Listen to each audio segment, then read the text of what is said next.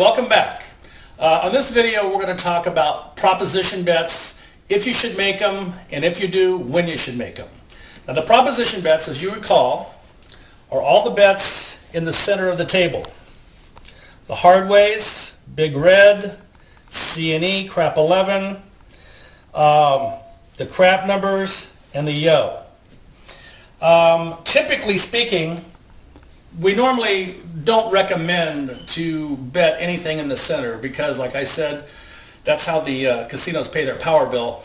They're very high vig bets, and the recommendation is, if you're going to play it mathematically, if you just stay away from there, you'll be better off in the long run. Now, there's certain instances, though, that we do bet some of the proposition bets, and that comes with precision shooting. So let's say you're setting a particular dice set, and you are hitting some of the prop bets, namely the craps and 11. Well, a lot of folks will do is they'll take a $4 bet and bet a horn, and the horn bets cover ace-deuce, aces, boxcars, which is double sixes, and the yo, 6, 5, 11. Typically what a lot of people do, they'll hit it because, as you see, the boxcars pay 30 for one, and just like the aces, and ace-deuce pays 15 for one. Typically what they do is when they hit that, they'll parlay the bets. So what that means is, if you have a $4 bet, to show you here, you really have $1 on each one of these, okay? So say boxcars hits, and it's going to pay you 30 for one. Normally it's 31 for one, and minus your bet. So if you parlay it, now all of a sudden you've got a $30 horn bet off of a $4 bet. So now what you've got is you've got $30 divided by 4, which would be like $7.50 on each one of those numbers. So as you see, if you start hitting those, you're gonna receive a lot of money.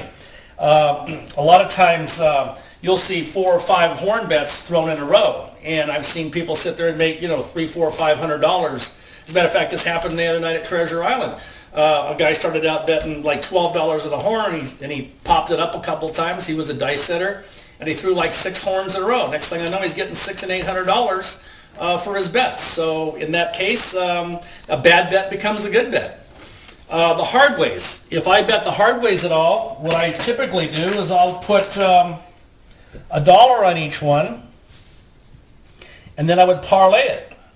So like if the hard 6 hits, I would parlay it to 10, because this way I'm only going to collect $9. $9 doesn't mean a whole lot. Go to 10. Now if it hits again, I'm going to collect $90. Now $90 sounds a lot better than $9. Let me tell you a little quick story what happened one time on one of the downtown casinos. And this casino, this is when they only had, this particular casino, the highest rated chip was a $100 chip. So we were at the table, and I piggybacked a hard 8 for me and the dealers. And I wasn't the shooter. There was a rhythm roller shooting at the end of the table. So he hits the hard 8. So I said, let's parlay it and piggyback it again. At this particular casino, they would let them put it here and not here. So we piggybacked it again, and a couple of rolls later, the guy hits the hard 8 again. So now the $10 each goes to $100 each. So this goes away. I've got $100 here for me and $100 for the dealer. Now remember, we started with $1. So you say, wow, you got $200 in the hard 8. Yeah, but you've only got a risk factor of $1. So you've got $1 at risk for you and $1 at risk for the dealers. Now you got $100 up there for you and him. So when that hits now, you're going to get paid $900. So sure enough, bam. The guy throws the dice, and he got paid $900 for me and $900 for the dealers. Okay? So that's some good mileage out of that hard way bet. So the dealers really love you. So they're going to take the $900 and put it in their tote box. I take my $900 and put it in my rack. Now, we didn't do that once. We did it 3 more times. So I got paid another $900. The dealers got paid another $900 times 3. So we got $2,700 a piece off a $2 bet. Now this is kind of cool. The floor person wasn't really paying attention to the game until at the end of the hand, the dealers started putting these black chips, these $100 chips in the tote box. the suit comes over and says, "What's going on?"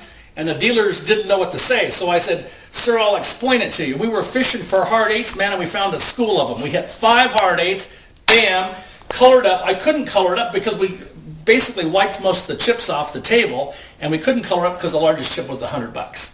So anyway, that was about the biggest, that's the best story that I know on parlay and the hard ways and any prop bets. So the dealers love me, and they remember that. Well, every time you go back in there, they remember that story, they remember that situation, and you're their hero. So prop bets, there's an occasion when you might want to bet them. Recommend not betting them, but when they start hitting, man, just Katie bar the door, because that's where you can make a lot of money. So give it a shot, but just don't use a major part of your bankroll. I wouldn't even bet them until I got ahead in the session. So when you're ahead a little bit, then take some excess money, throw out there, and have a good time. Make it a fun bet. I call them my fun bets. I was out the other night, and I did a couple of those, and I didn't get anything. So basically, I wasted some money. So see, in the long run, it's going to bite you. But it's fun when it hits, because you remember these things. Okay, guys, try it. Let me know, and we'll see you in the next.